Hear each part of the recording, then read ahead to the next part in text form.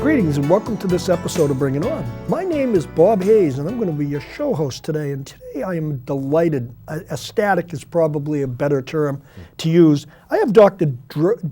Joe Shrand from Drug Story Theater, and I have two performers and one parent here today to tell you a little bit about what they do as far as their performance and what goes on with Drug Story Theater, and also to give you some of their stories because they have a lot to relate. And one of the reasons they do this performance is to educate people about the use and the problems that come with drug addiction. So Joe, how are you? Very nice to see you, Bob. Thanks so much for having us on today. And we have Michael. Pleasure. Shana. Hello, nice to meet you. And Becca. Hi. Shana's mom. How are you? Thank you all for coming. It's interesting. I've done a lot of different shows and it's interesting, and I'm glad that you're here to be with us today to talk about this ever important subject. Joe, tell us a little bit about the introduction to what Drug Story Theater is and how you got involved. Well, what we've done with Drug Story Theater, we've taken teenagers in the early stages of recovery from drugs and alcohol. We've taught them improvisational theater, working with Improv Boston, and with that they create their own shows about the seduction of, addiction to, and recovery from drugs and alcohol. And then they perform these shows for middle schools and high schools. So the treatment of one becomes the prevention of many. That's our slogan. The treatment of one becomes the prevention of many. I'm a child psychiatrist. I created the Castle program, which is Clean and Sober Teens Living Empowered through High Point Treatment Center. And back in 2009 or 10, realized that we could actually use what we know about adolescent brain to find another modality to treat and hopefully to prevent as well. So the idea is this, that no one's going to scare you out of using drugs or alcohol, because if the brain is going to choose between fear and pleasure, it will choose pleasure every time. But there are different types of pleasure, and that's what the kids learn, and they learn how to actually use what we know about the brain in treatment. So in between each of the scenes, the kids do a PowerPoint presentation about adolescent brain and why the adolescent brain is at highest risk of lifelong addiction than any brain. So you mentioned, Michael and Shana as two performers, but Becca is also a performer in the show. So what we've done is not only do we have the kids' perspective, but we have the parents' perspective. And I think that makes it absolutely compelling. And at the end of the show, it's a 45-minute show.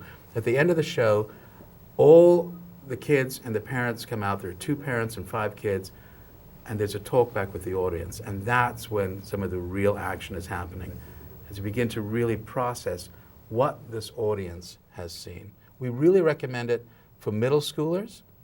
So 6th grade, 7th grade, 8th grade, come with a parent, come and watch this Drug Story Theater, where the treatment of one becomes the prevention of many. So the Drug Story Theater is based on all true stories and all true facts of what happens with drug and alcohol addiction, with how it starts, how the pain of going through the middle of it is, and how it might come to a cure. That's a fabulous, fabulous story. And I'm gonna not jump from you, Joe, but I want to hear from the performers a little bit. I think the introduction was perfect. I love the fact that you go to middle school and high schools and perform this. I understand recently you were at Whitman-Hanson. We were recently at Whitman-Hanson. We will be, we're going to be in Hull on February 11th, 7 o'clock at night. All the shows are free. We have performances March, April, May. If you want to know more, you can go to the Facebook page, Drug Story Theater, and to our website, drugstorytheater.org. That's theater.org. I just want to put out one thing, Bob. I wish I could say there was a cure. I wish I could say there was a cure for addiction, but there may not be a cure. What we want to do, though, is give kids the best chance of recovery. And what I really believe in my heart of hearts is if we can remind a kid of their value, when we remind a kid of their value, that gives them the best chance for recovery.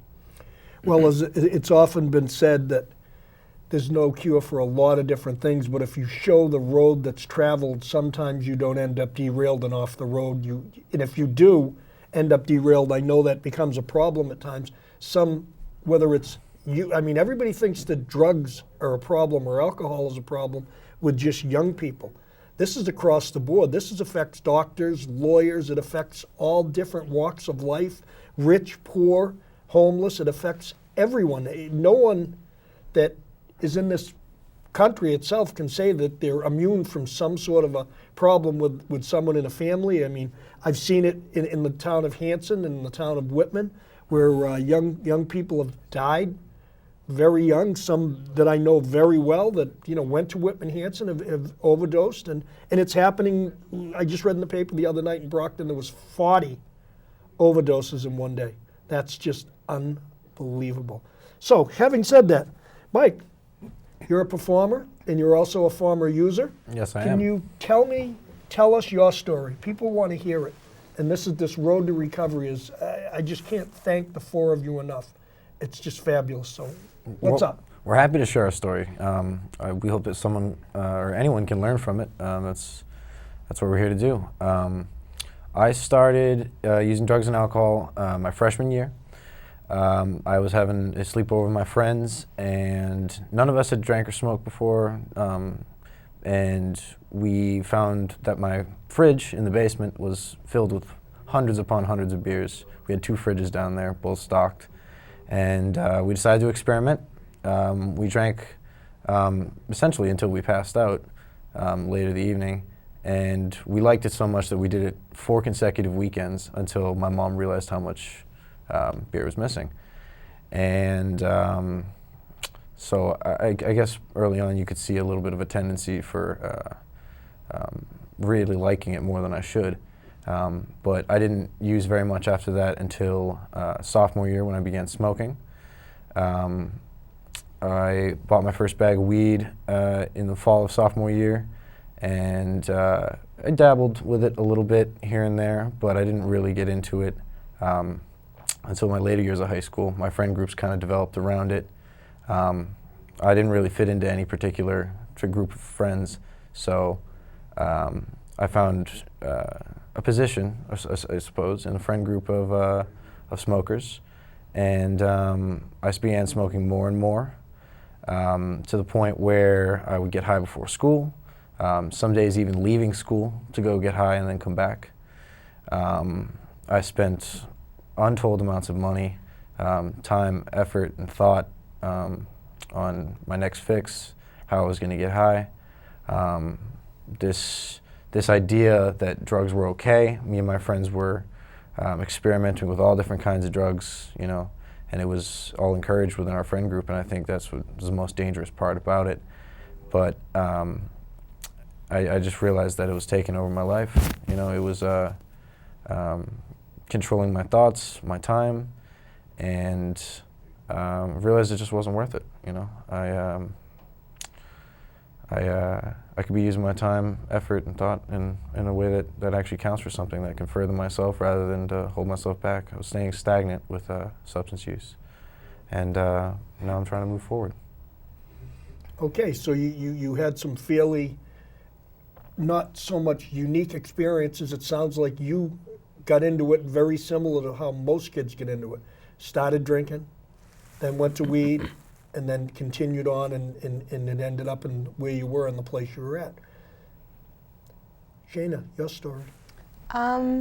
So the first time I ever did anything, I was like 8th grade, and I was with some of my best friends, and my best friend had a brother that smoked a lot of weed, so she had stole from him, and we had smoked it. It wasn't that big of a deal, made me cough a lot. I did like it. It wasn't until I had started dating this kid who was into a lot of things, and I was totally against it all. I was trying to save the bad boy.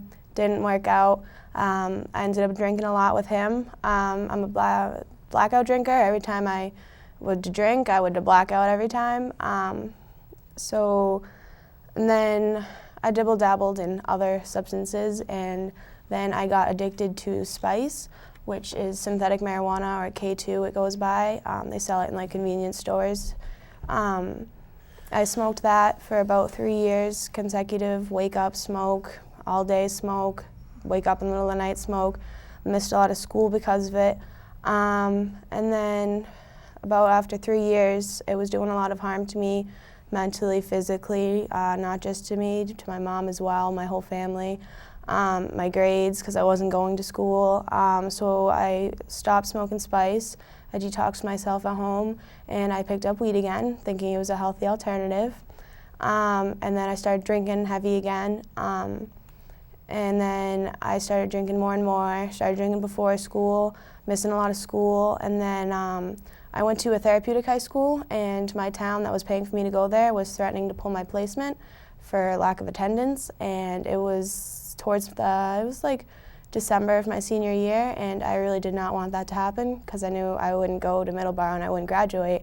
And so at that point, I figured maybe I do have a problem. When I was smoking spice, I was like, no, like, I don't have a problem.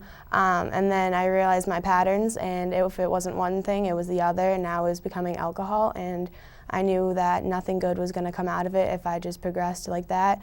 I wanted to do something with my life. I didn't want to keep going like that. And I wanted to graduate. I wanted to become something. I still do. And so I actually went to school that day to try and get help. And I talked to my school adjustment counselor there, and so she made some calls, and that is how I ended up at Castle. And from there, that's where my journey of recovery has begun, and is still beginning. Is still going, rather. Continuous So process. it's Yes. a work in progress It for both is. of you. And It always as will be. Dr. Joe mentioned, there is no cure. Yes. It's a work every single day of your life. You have to work at this, and you have to be prudent and keep remembering that you have to move forward. So we're going to move on to Shana's mom. Becca, Yeah. you lived this. Yeah. I'm sure you were somewhat horrified. Can we hear a little bit about it? Yeah, and just to say also too, it's a hard process, recovery, but it gets easier. I mean, it never stops, but it does get easier. It does get better. You get happier. Well, as a parent, I was one of those clueless parents, and didn't know for a long, long time that anything was going on. Shana has some issues that she went to a substantially separate school because she had some serious issues with anxiety and depression. And so a lot of her odd behavior I chalked up to being part of her disability. And she was the greatest actress on earth at convincing me that that's what it was.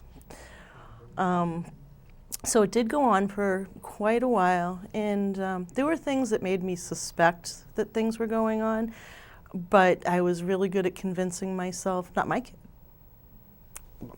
No, my straight A student, my kid that's so sweet to everybody, there's no way that she would let herself get wrapped up in something. And we had a few confrontations. This is pretty far in, where again she just kept deny, and it was finally her going to her school counselor and admitting she had a problem. And then it was like, oh, so all of those gut instincts that I was having were correct, because you second guess yourself so much. And she went into Castle, and she came out and really had a positive outlook on things. Maintained her sobriety for quite a while. And then she had a friend, a pretty good friend, that overdosed on heroin and died. And it wasn't long after that she went into a relapse.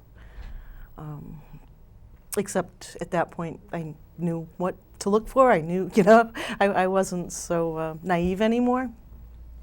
And she, then she had a second round at Castle and came out, and I mean, she's been progressing ever since. It's interesting because I would like the parents to see more of what you talked about, so I'm going to ask you kind of maybe not a difficult question, but this deny, it works on both sides of the coin. As you said, she was a great actress, and you didn't know, but you were partially... But your gut, I mean, in your gut, you have a feeling something's not right. And through that, I learned you go with your gut. If there's just even a little speck of something, trust your instincts and investigate it further. So that would be a recommendation to any parents that might think, be the hard guy. Is that what you're saying?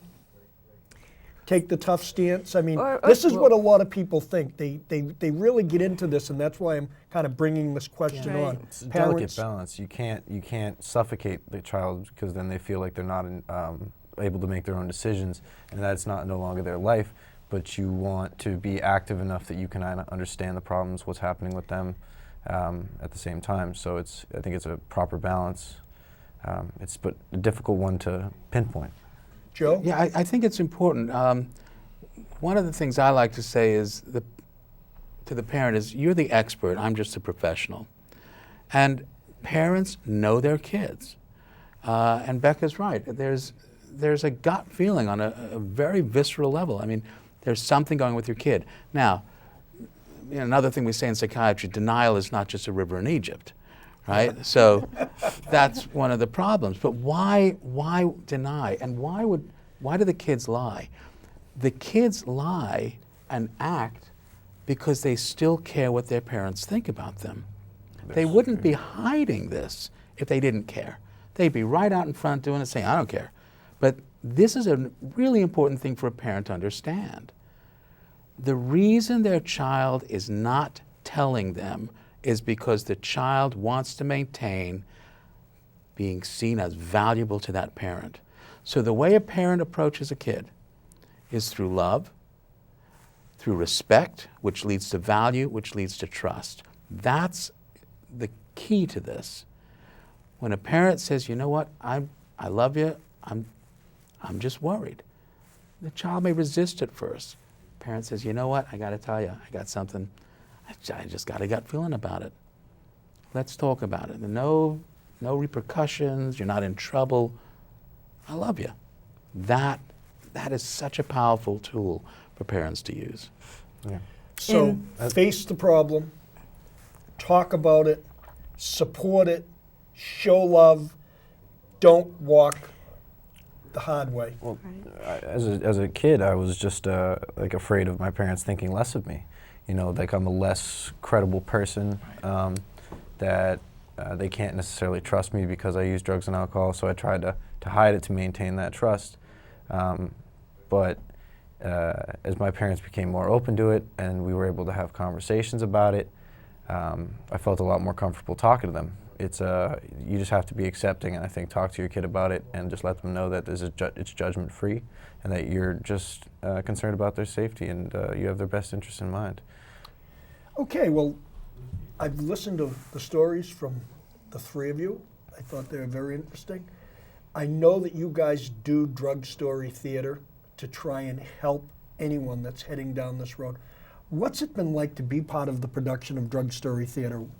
You know, when you get right out there and you're into a performance and you know that you're really, really, really here to try and teach these children, young adults, whether it's middle school or high school, what's going on. How's that feel? What's it like to be part of a production that's earth-shattering like that? You feel like you're really making a difference, I gotta say. The drug story theater is unique in the way that the kids are telling the story, and I think that seeing inside of what's happening in like friend groups and relationships with parents is enough to make kids look at their own lives and make connections between that, and then when they learn the science of addiction, they can begin to connect the dots and maybe make changes in their own life, and hopefully we can help some people out by telling our stories. Shana, what do you think? I feel pretty grateful and honored that I can be a part of it.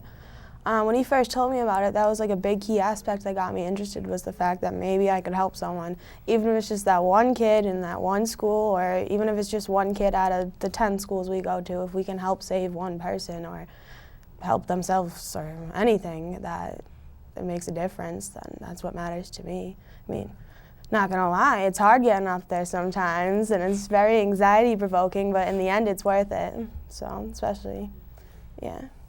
Becca, you're the mom and you're a performer too, and we're glad to hear that. Just out of the fact of you're delivering a message also, and you're delivering a message from a parental point of view to the audience, so they can actually look and say, there's a mom. Is that my mom? Would she say that? How do you feel about being part of this performance? It's great. It wasn't my original plan to be in it, but it's how it worked out, and for the best. I think it's good to have the parents in it because it shows, for one, how the relationship changes through the whole process. And yeah, I'm not quite sure what else to say about it, but I think it's just a really cool It's thing. electrifying just to, to see kids come up to you after the show. After some of the shows, we will go to lunch with the kids. We'll sit down at different tables and talk to them, kind of get down to a personal level, let them know we're not so different, than they are. We're kids just like they are, and it's amazing. People are actually touched by it. It gets to people. It makes them think, which is all we can really ask. We're not there to tell them what to do, what not to do. We're there to educate them, and I think that the education is what's going to lead to prevention. Is when people know better, then they can use that knowledge to guide their actions in the future and hopefully avoid that path of destruction.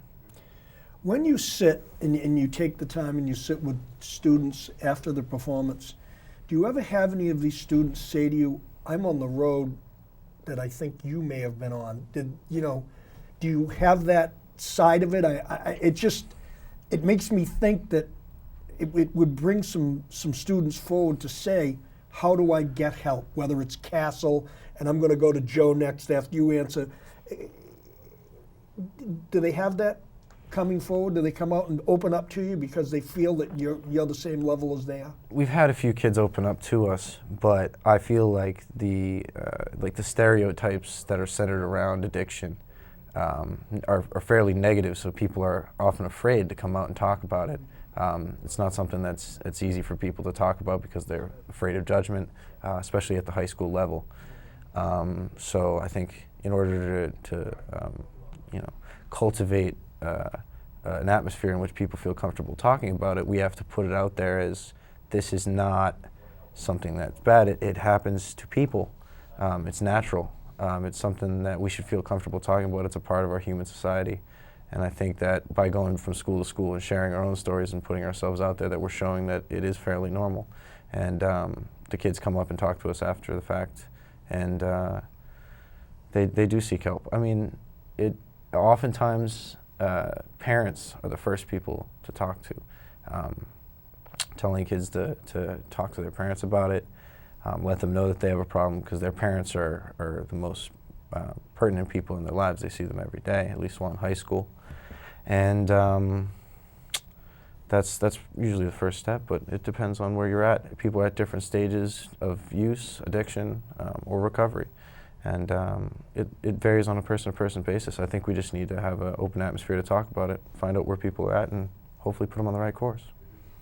Dr. Joe, you heard from three performers, and I am impressed by all three, and all three of their stories. Yeah. Obviously, you're the one who got this thing started, so I need to go back to you. The help, the recovery, what's the story? Well, Michael actually has a line in the play towards the end of the recovery scene. Shana and Michael are chatting with each other. What's the line about the addict? Hate the addiction, not the addict. It's not to blame the addict, but it's to blame the addiction and human susceptibility to addictive nature. Right. Hate the addiction, not the addict. Help the addict. Right. It's so important because we know that in the United States there are at least 2 million kids that meet the criteria, the medical criteria for addiction, not just the tens of millions of kids using. Of those 2 million kids, only 10% will get treatment because of the stigma. So a major part of Drug-Free Theater is saying to people, come out of the shadows. I just want to comment really on what you've seen here tonight. Here are 2 kids, courageous kids, really putting it out there. My worry is the exposure. My worry is that somebody will say, oh, I never want to see those kids. I don't want to hire those kids in the future because they're druggies. That's absolutely the stigma, and it's absolutely the wrong thing. These kids are showing us that the treatment of one becomes the prevention of many. That as they go through this process, they're trying to send a message, not scare you, but this is what happened to me. I mean, that's compassion. That's perseverance. That's resiliency. That's all the characters that you would want in someone that you hire or someone you accept into your school. That's what we want in our kids. And these kids are showing it every time they get up there. That's what they're living their lives. I could not be prouder of them. So the motto is hate the addiction, Right. not the addict. Not the addict. Or as Michael says, hate the addiction, love the addict. Well, help the addict. There's a giant stigma, and I've heard this said many, many times, and it's probably something that will upset all four of you. A lot of people have said, why would we even have Narcan? We're not interested. Let them go. If they want to overdose, let them go. We hear that all the time, but I'm hearing from all four of you, hate the addiction. Yeah. not the addict. People have lost their way. We're as humans, we're susceptible to have addictive nature sometimes, and somewhere along the path, you get lost, but it doesn't mean you can't be found again.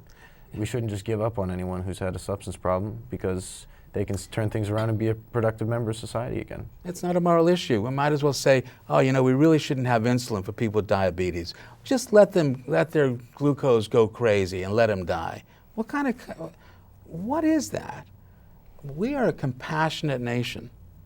What we need to do is remind each other of our value. At every moment in time, we can remind someone of their value, but Bob, we can just as easily devalue them. Just as easily. Our brains are good at both, and we got to choose. Drug Story Theater says, I vote for value. Well, it's been probably one of the most interesting shows that I've done in a long time. I'm proud of the four of you. I really am. I'm proud that you go to middle schools and you go to high schools and you, again, hate the addiction and try to help the addict. We've got about a minute left, and I can't even hear from all four of you, so I've kind of kept you quiet, Dr. Joe.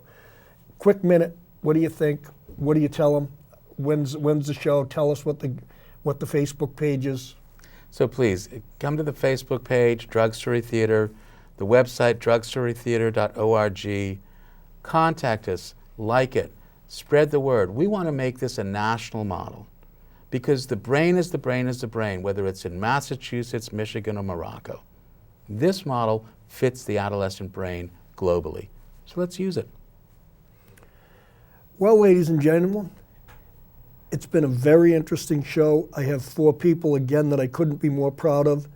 Drug Story Theater, as he told you, has a Facebook page. And if you just go to Drug Story Theater, you'll be able to see when the performances are coming up.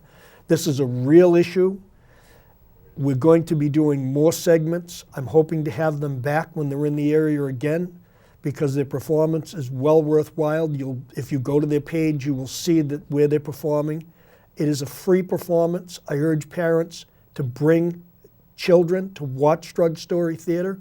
It's something that we need to look at. As you heard, they weren't afraid to tell their stories. It's not an easy thing. Thank you for watching Bring It On. I'm Bob Hayes. Catch you again.